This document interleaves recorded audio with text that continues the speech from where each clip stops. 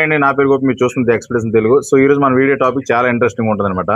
So ఎవరైతే Lizzie తీసుకుంటున్నారో so వాళ్ళకి ఎన్ని నష్టాలు ఉంటాయనేది వీడియో అనమాట. లాస్ట్ వరకు చూడండి, చాలా ఇంట్రెస్టింగ్ గా ఉంటుంది. సో ఆల్రెడీ దీని మీద వీడియో చేశాను, కానీ ఇంకా డీప్ గా మనకి ఇంకా చాలా మందికి క్లారిటీ ఉండదు అనమాట. సో కొత్తగా చేసే వాళ్ళు ఏం చేస్తారంటే, సో లీజీ తీసుకునేటప్పుడు ఇవన్నీ పట్టించుకోరు అనమాట. సో ఎవరైతే తీసుకొని ఇంటిగ్రేషన్కి వెళ్తాడో ఎన్ని నష్టాలు ఉంటాయి, సో దానివల్ల ఎలా నష్టపోతున్నారు అనేది ఇవేవి ముందు అనలైజ్ చేయరు. సో దిగిన తర్వాత 1-2 బ్యాచ్లు చేసి సో బయటకు వెళ్ళిపోతారు. సో దీనివల్ల ఏంటంటే వాళ్ళకు నష్టం జరుగుతుంది. ఇలా ప్రతి ఒక్కరు కూడా లీజ్ తీసుకొని చాలా వరకు ఒక సంవత్సరం తీసుకోరు అనుకోండి, ఒక 2-3 బ్యాచ్లు వేసి వదిలేసి వెళ్ళిపోతారు. ఎవరు కూడా పూర్తి చేయట్లేదు. సో అందువల్ల ఎలా నష్టపోతున్నారు, సో ఎందుకు నష్టం అవుతుంది అనేది ఈ వీడియోలో ఎక్స్ప్లెయిన్ చేయబోతున్నాను. లాస్ట్ వరకు చూడండి. ఇక్కడ ఏంటంటే, సో లీజ్ తీసుకునేటప్పుడు సపోజ్ ఎగ్జాంపుల్కి ఒక 5,000 ఫామ్ తీసుకున్నారు అనుకోండి. సో ఈ ఫామ్కి వచ్చేసరికి సంవత్సరానికి ఒక 5-6 బ్యాచ్లు పడతాయి, అంతకన్నా ఎక్కువ పడవు. మ్యాక్సిమం ఒక 5 అనుకోండి. సో 5 బ్యాచ్లు వచ్చేసరికి ఒక బ్యాచ్కి మినిమం 25,000 లీజ్ అయితే కడతారు అనమాట. సో 25,000 లీజ్ ఏదైతే అద్దె కడుతున్నారో, సో ఈ రెంట్ అనేది సెటిల్ రెంట్ కట్టేటప్పుడు ఇక్కడ ఈ లేట్ చేస్తున్నారంటే ఓన్గా వేసుకున్న వాళ్ళకి పర్లేదు, అయితే లాభం వచ్చినప్పుడు ఆ రెంట్ పోయి మిగతా ఉన్నది లాభం వస్తుంది.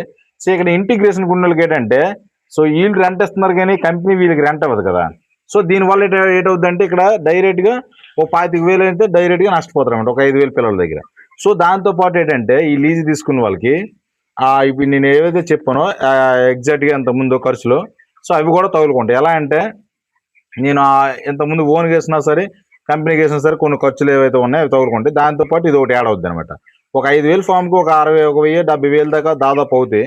సో వాటిలో అవి అయిన తర్వాత ఇక్కడ మీరు ఏదైతే లీజీ తీసుకుంటున్నారో, సో ఈ లీజీ తీసుకోవడం వల్ల మరొక 25,000, ఒక 20,000 ఎగ్జాంపుల్ తక్కువ లీజ్ అయినా సరే ఒక 20,000 ఇవ్వాల్సి వస్తుంది. సో ఇలా ఏటవుద్దంటే, అదొక 70, సపోజ్ ఏదో 70,000 వేసుకున్నా, ఒక 60,000 వేసుకున్నా, ఇది ఒక 20,000 వేసుకున్నా, సో ఎగ్జాక్ట్గా 80,000 అయితే ఇక్కడ మీకు అయిపోద్ది అనమాట. 80,000 అయిపోతే ఇక్కడ మీరు ఏం చేస్తారు, దీంతో పాటు ఇప్పుడు మీరు 80,000 అయిపోద్ది. ఇప్పుడు బ్యాచ్ వచ్చినా సరే మీకు 80,000 కన్నా ఎక్కువ రాదు కదా. ఒక ఎగ్జాంపుల్కి బ్యాచ్ వచ్చినా సరే ఒక 80,000, 90,000, లక్ష వస్తుంది, అంతకన్నా ఎక్కువ రాదు. దీంట్లో ఏటవుద్దంటే, ఇక్కడ మీ వర్క్కి మీరు చేసిన పనికి సంబంధం ఉండదు అనమాట. ఇక్కడ ఏంటంటే ఎగ్జాక్ట్గా ఈ 80,000 సపోజ్ బ్యాచ్ వచ్చింది అనుకోండి, 80,000 వచ్చింది, వాటికి సరిపోద్ది. ఇక్కడ మీరు వర్క్ చేసి మీరు పడిన కష్టం, టెన్షన్ ఇవేవి కూడా దాంట్లో వాల్యుబుల్ ఉండవన్నమాట. సో అక్కడికి అంతా వేస్ట్ అయిపోద్ది. సో మీరు ఊరికనే కోల్ పెంచేసి వాళ్ళకి ఇవ్వడం వల్ల మీరు నష్టపోతూ ఉంటారు అనమాట. లీజ్కి ఎవరైతే తీసుకుంటున్నారో ఇది ఎగ్జాక్ట్ పాయింట్ అనమాట. ఇది చాలా వరకు ఏంటంటే కొత్తలో తీసుకున్న వాళ్ళు నోటీస్ చేయరు. సో ఇప్పుడు ఎగ్జాంపుల్కి ఒక బ్యాచ్ 5,000 ఫామ్కి లక్ష వచ్చింది అనుకోండి, వచ్చిన డబ్బులే చూస్తారు తప్ప ఎవరైనా సరే ఇక్కడ మనం ఎంత పెడుతున్నాం అనేది పట్టించుకోమన్నమాట. సో ఇది పట్టించుకోకపోవడం వల్ల సగం నష్టపోతూ ఉంటారు అనమాట.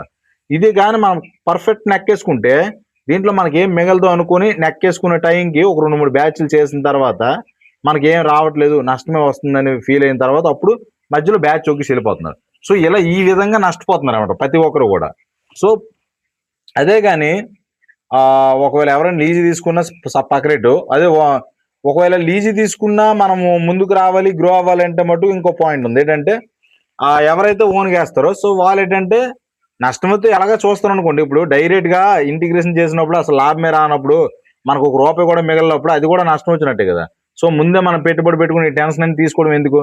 సో ఏదైనా మనం ఫామ్ తీసుకుని దేనికి ఒక బిజినెస్ లాగా ఫీల్ అయ్యి తీసుకుంటాం. సో ఇక్కడ ఏం చేస్తామంటే, మనం ఎప్పుడైతే ఇంటిగ్రేషన్కి టైఅప్ అవుతామో, టైఅప్ అయిన తర్వాత మనకి ఏమి రూపాయి కూడా మిగలదు అనమాట. ప్రతి బ్యాచ్ లాస్ చూస్తాం అనమాట. ఈ లాస్ చూడడం వల్ల ఏటవుతుందంటే, దీనివల్ల మనకి ఏంటి ఉపయోగం రానప్పుడు ప్రతి బ్యాచ్ ఉట్టిన అది పెంచి ఎందుకు ఇవ్వాలి.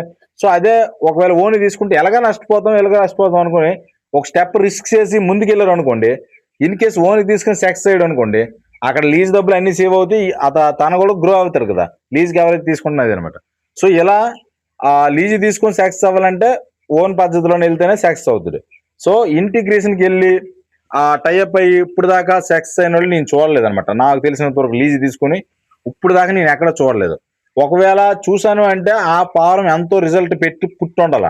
సో అంత రిజల్ట్ వస్తేనే తనకి ఎక్కువ అమౌంట్ అయితే వస్తుంది అనమాట. సో రిజల్ట్ అనేది కామన్, ఎంత ముందు వచ్చిన రిజల్ట్ ఇప్పుడు పౌల్ట్రీలో అంతగా ఏం రిజల్ట్ రావు అనమాట.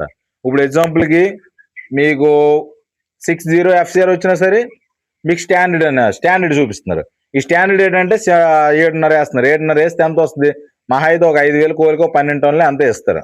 సో దానివల్ల పెద్ద అమౌంట్ ఏం రాదు. 5,000 టన్నులు, 12 టన్నులు, 10 టన్నులు అంటే ఒక 7.5 వేసుకున్నా సరే 75,000, 80,000, నేను చెప్పినట్టు 80,000 ఆ దగ్గర దగ్గర వాళ్ళకి వస్తుంది అనమాట. 90,000 దాకా వస్తుంది.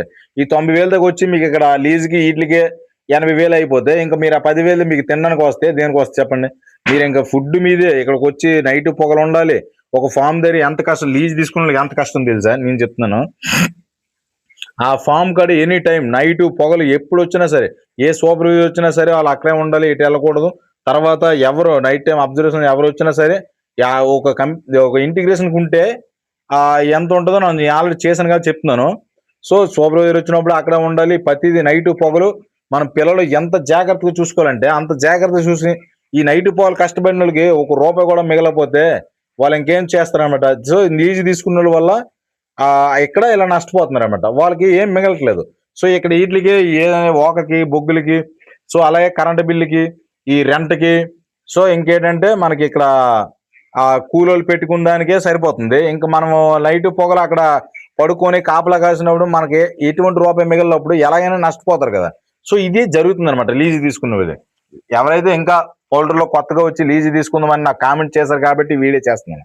సో ఇంకా ఎవరైనా లీజు తీసుకునే ఉద్దేశం ఉంటే డెఫినెట్గా ఆపేయండి. ఎందుకంటే లీజు తీస్తే 100% మీరు 90% నష్టపోతారు. ఈ 10% అనేది మీ లక్ బట్టి ఆధారపడి ఉంటుంది. కానీ సో 90% పీపుల్ లీజు తీసుకుని నష్టపోయిన వాళ్ళు నేను చూసాను. సెక్స్ అయిన వాళ్ళు ఒకరు ఇద్దరు చూసాను తప్ప, కానీ 90% మంది నష్టపోయిన వాళ్ళు చూసాను. సో ఇది లీజు తీసుకోవడం ఇంకా ఎవరైతే అనుకుంటారో సో దయచేసి పౌల్ట్రీలోకి వస్తే లీజుకి గట్ట తీసుకోకండి.